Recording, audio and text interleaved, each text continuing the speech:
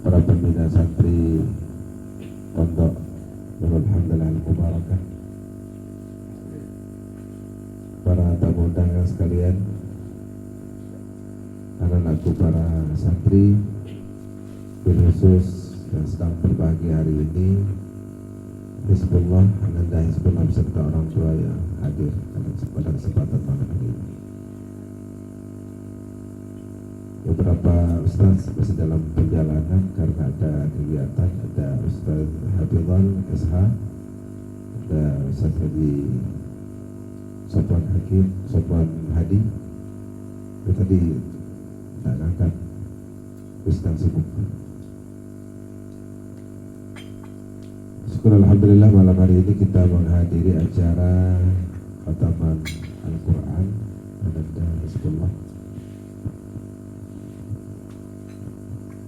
Setelah siang malam berjuang untuk menghafal Al-Quran dan sampai kepada khatam Al-Quran,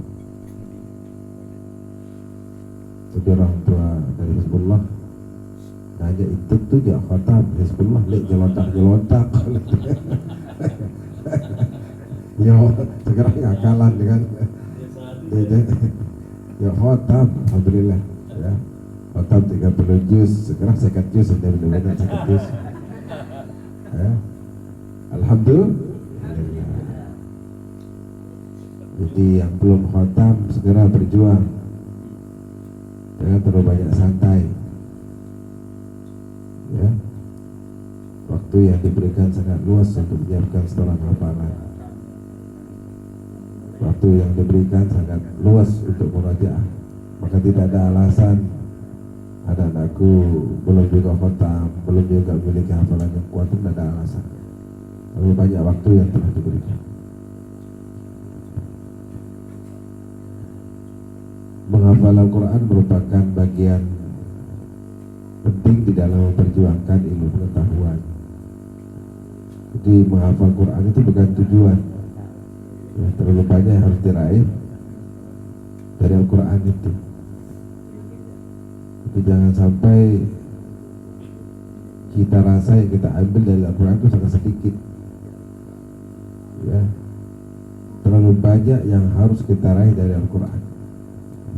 Bagaimana kedepannya kita mengembangkan segala disiplin keilmuan dari Al-Quran, bagaimana kita menguasai peradaban dari Al-Quran ya. Karena dalam Al-Quran itu berbagai macam disiplin ilmu sudah ada. Tanya tentang ilmu apa, ada konsepnya dalam Al-Quran. Maka jangan hanya menghafal Al-Quran. Tadi sudah saya sampaikan ke bapaknya Hizbullah, anak-anak kita bina dengan berbagai macam disiplin pengetahuan yang harus mereka kuasai, seperti yang anak-anakku semuanya dapatkan. Itu dalam rangka, bukan hanya dalam rangka mengisi kesempatan kita di dalam perjuangan hidup ke depannya ya. Jadi kalau hanya sekedar hafal Quran itu tidak ada makna, hanya mengandalkan pahala dari Allah Subhanahu wa Ta'ala. Tapi lebih dari itu, bagaimana kita bisa menguasai dunia dengan Al-Quran ini, menguasai peradaban dunia dengan Al-Quran. Bagaimana dunia ini kemudian diubah 180 derajat oleh baginda Nabi Muhammad SAW, dari zaman jahiliyah menuju zaman peradaban Islam yang kemudian diubah dengan nilai-nilai Al-Quran. Itu paling penting. Kalau hanya sekedar hafal itu kosong dari nilai-nilai keluhuran Al-Quran itu sendiri. Jadi kalau kita hanya hafal tanpa memahami makna dan tuntutan dari Al-Quran, itu kosong dari hikmah ya. Jadi segera hafal Quran itu harus segera, karena terlalu banyak diraih, waktu yang Allah berikan terbatas ya.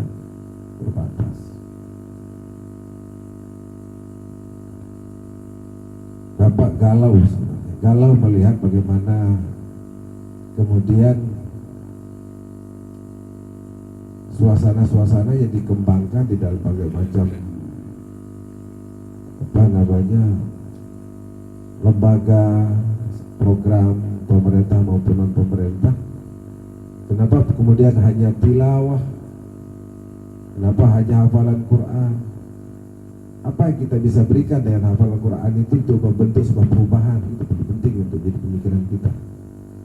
Ya, misalnya sekarang jadi polisi yang hafal Quran. Ini berbicara lebih dari itu. Apa lebihnya hafal Quran kalau sekedar hafal membaca? Ya, apa lebihnya menghafal Quran kalau hafal membaca dia menghafal gitu? Apa lebihnya? Jangan andalkan hanya pahala pasti dapat dari Allah SWT. Tapi nilai lebihnya apa? Apa yang bisa kita ubah dengan Al-Quran itu? Terlalu banyak tuntutan bisa kita lakukan kalau kita paham. Ya, maksudnya Ustaz? Apalagi kalau sekedar lagu-lagu Al-Quran itu apa maknanya belagu-belagu? Jadi terlalu sedikit selera yang diambil dari Al-Quran itu. Seakan-akan kita ada dulang, mungkin ada dulang, ada sebelahnya datang dulang. Ada dulang makan yang begitu enak, ya kita ambil lagi satu biji nasi. Hah? Kan terlalu naif kita hidup gitu. Jadi Al-Quran ini bisa mengubah peradaban dunia kalau kita mau bergerak dengan Al-Quran. Ya. Dulu kan para pakar-pakar internasional itu muncul dari dunia Islam. Ada Ibnu Sina, ya ada kalau dalam bahasa Inggris Avicenna, Ibnu Rushd, Averroes disebut itu oleh dunia Barat. Ya, ada Al-Jabbar, ada Al-Hayyan. Itu insan-insan kaliber internasional yang bisa mengubah dunia. Mereka yang hafal Quran. Jadi bagaimana ke depannya anak-anakku ini muncul menjadi Al-Hayyan kedua, menjadi Al-Jabbar. Al-Jabbar itu ahli matematika. Ada Averroes, ada Avicenna. Berangkat dari Al-Quran. Jadi jangan berlama-lama, terlalu banyak yang kalian harus lakukan. Bukan hanya murojaah sampai toa, murojaah pikiran selesai, murojaah segera selesaikan gitu loh. Ya, saya sering sampaikan, tidak usah lama-lama mondok di sini. Ya, segera selesaikan. Dari doan le julu, kita sejam pendak, kita ada kaningas. Apalagi bulan-bulan le julu, bilang julu bilang kelab, kita pendak kita. Jadi segera lama-lama, jangan lama-lama. Selesaikan Al-Quran ini supaya segera menjadi orang hebat gitu loh. Ya. Kalau tidak kita akan didahului orang lain. Peradaban ini akan diambil oleh bangsa lain, bangsa Cina, bangsa Amerika, bangsa Eropa. Kalian harus mampu ke depannya. Jadi wa in tatawallaw yastabdil qauman ghayrakum wa la yakunu amsalakum summa la yakunu amsalakum. Kalau kalian berpaling, tidak mau mengisi alam ini dengan peradaban sesuai dengan ajaran ilahi, tidak mau mengejawantahkan nilai-nilai Al-Quran, tantangan-tantangan Al-Quran, mukjizat-mukjizat Al-Quran yang harus kita kembangkan. Yastabdil qauman ghairakum, maka akan diisi oleh kaum yang lain yang tidak mungkin sama apa yang menjadi visi misi hidup kita. Ya, tidak bisa orang sudah tinggi peradabannya, ya, orang sudah bisa bikin pesawat, bikin nuklir, kalau ngaji dan murojaah terpuruk di dalam ketertinggalan, tidak bisa. Al-Quran harus menjadi apa? Menjadi cemeti, menjadi kekuatan kita untuk maju. Ya, orang Barat itu mengkaji Al-Quran, dia ambil intisarinya, dia ambil makna-makna Al-Quran itu, kemudian dia lakukan untuk peradaban mereka. Contoh, Tibun Nabawi yang ditulis oleh Ibnu Sina itu menjadi rujukan utama dunia kesehatan internasional. Tulisan siapa? Tulisan orang Islam, pakar kesehatan dari Islam, ahli Al-Quran. Bagaimana Ibnu Khaldun merubah peradaban Eropa menghafal Al-Quran. Jadi Al-Quran itu menjadi modal kita untuk bergerak, menjadi modal kita untuk maju. Bagaimana bisa maju? Ngapal seke, malas. Orang sudah sampai ke langit itu masih bergelak. Harus berjuang, jangan lama-lama. Yang berencana mau lanjut kemana? Ke Mesir, mau ke Amerika, sekolah, silakan lanjut. Australia, lanjut. Yang terlalu banyak cita-cita dan anak-anak ini. Sampai saya datangkan guru bahasa Inggris kelegot, bahasa Inggris Bapak isikan la ilaha illallah. Kira-kira apa? Tahu gak cita-cita Bapak? Kenapa Bapak datangkan guru bahasa Inggris? Supaya hebat, supaya bisa nanti dakwah ke Amerika. Kan sering Bapak dimintai, Karam tolong kalau ada santri bisa berdakwah jadi imam di Amerika. Segegati ya muncul, maka dalam ya ini di Amerika. Maka itu sebabnya kenapa Bapak datangkan guru bahasa Inggris. Datang guru bahasa Inggris setelah beli separuh. Kalau banyak cita-cita Bapak yang Bapak inginkan agar kalian jadi hebat. Ya. Maka malam hari ini salah satu tahapan yang kita juga harus syukuri dengan khatamnya Hizbullah. Biasanya kalau khatam kitab, khatam Quran, yaitu ada namanya walimatul hadaqah, namanya Pak walimah. Namun yang menarik walimatul arus, namun yang berdua anak walimatul hakikoh. Okay. Menarik pertama walimatul arus. Menarik Malik nyebut walimah nyebut.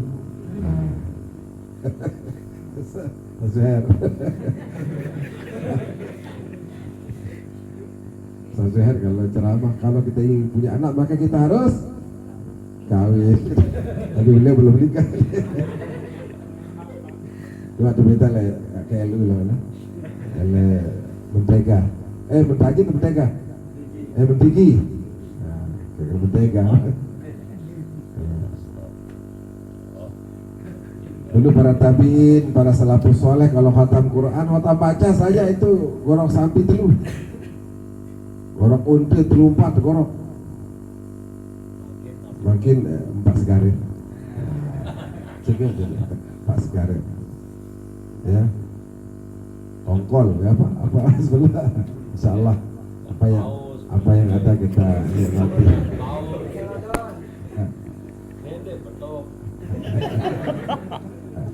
Insyaallah kita syukuri apa yang ada dan nikmati.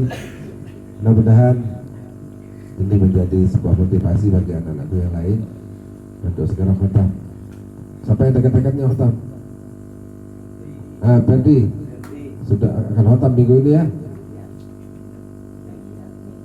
Bagus, segera. Siapa lagi setelah Ferdi? Paki, segera Paki. Siap. Siapa lagi? Ferdi, Paki, terus siapa? Taib, segera, Taib. Doangan deh Taib. Ya, harus segera selesaikan. Ngaji sambil kuliah. Jangan kuliah sambil ngaji, sambil ambil kurang perhatian. Ngapal sambil kuliah. Kuliah jalan sebagaimana biasa sudah jalan, tapi saat kita harus ngaji, harus nyetor, jalani semua sesuai dengan program yang ada. Tidak usah terlalu susah, terlalu pusing-pusing. Ya, pokoknya hadir. Tidak banyak nyetor 1 lembar, malam-malam 1 halaman, gitu. Ya, selesai segera. jangan terlalu santai. Semuanya ya, semuanya supaya betul-betul berjuang. Insyaallah orang tua yang ikhlas membiayai anaknya untuk menghafal Quran, insyaallah akan diberikan segala kemuliaan oleh Allah Subhanahu wa taala dunia dan akhirat insyaallah.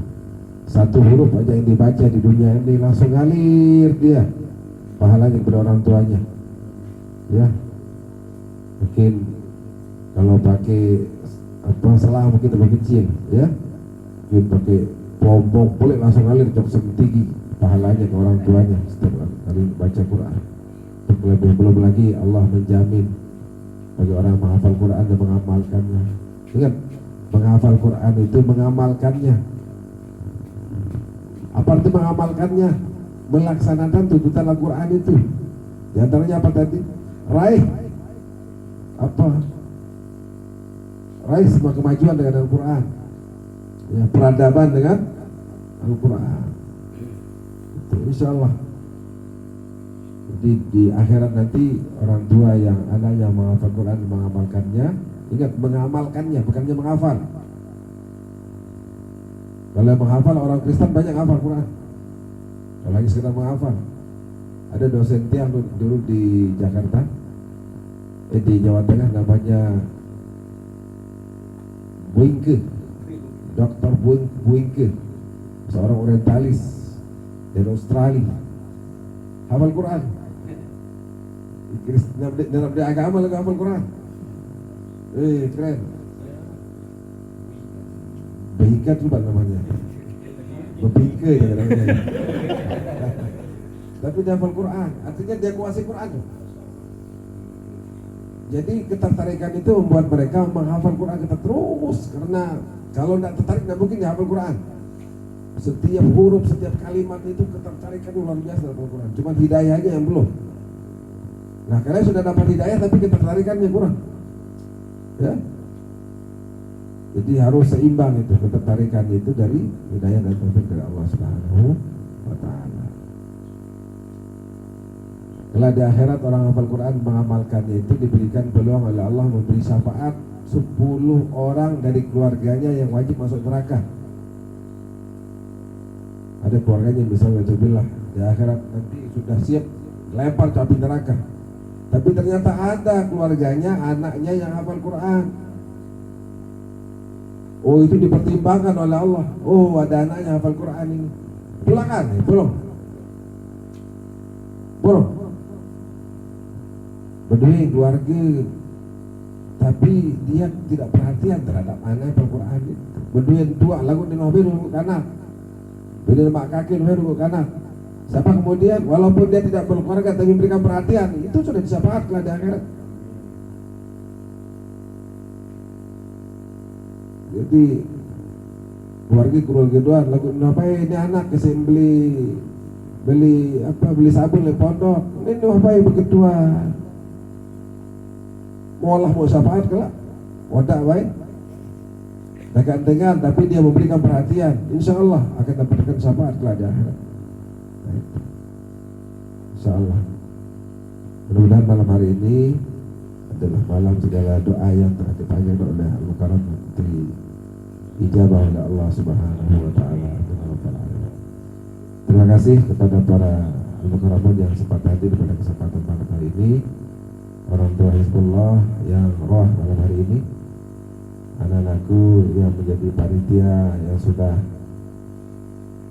bersama-sama ya menyiapkan acara ini. Mudah-mudahan semuanya merupakan jalan mendapatkan keberkahan dari Allah Subhanahu wa taala. Terima kasih, mungkin ini yang bisa sampaikan. Mudah-mudahan ada hikmahnya. Sekali lagi kepada semuanya, segera rajin murojaah, segera rajin ngitor, dan segera khatamkan. Ya, siap? Assalamualaikum warahmatullahi wabarakatuh.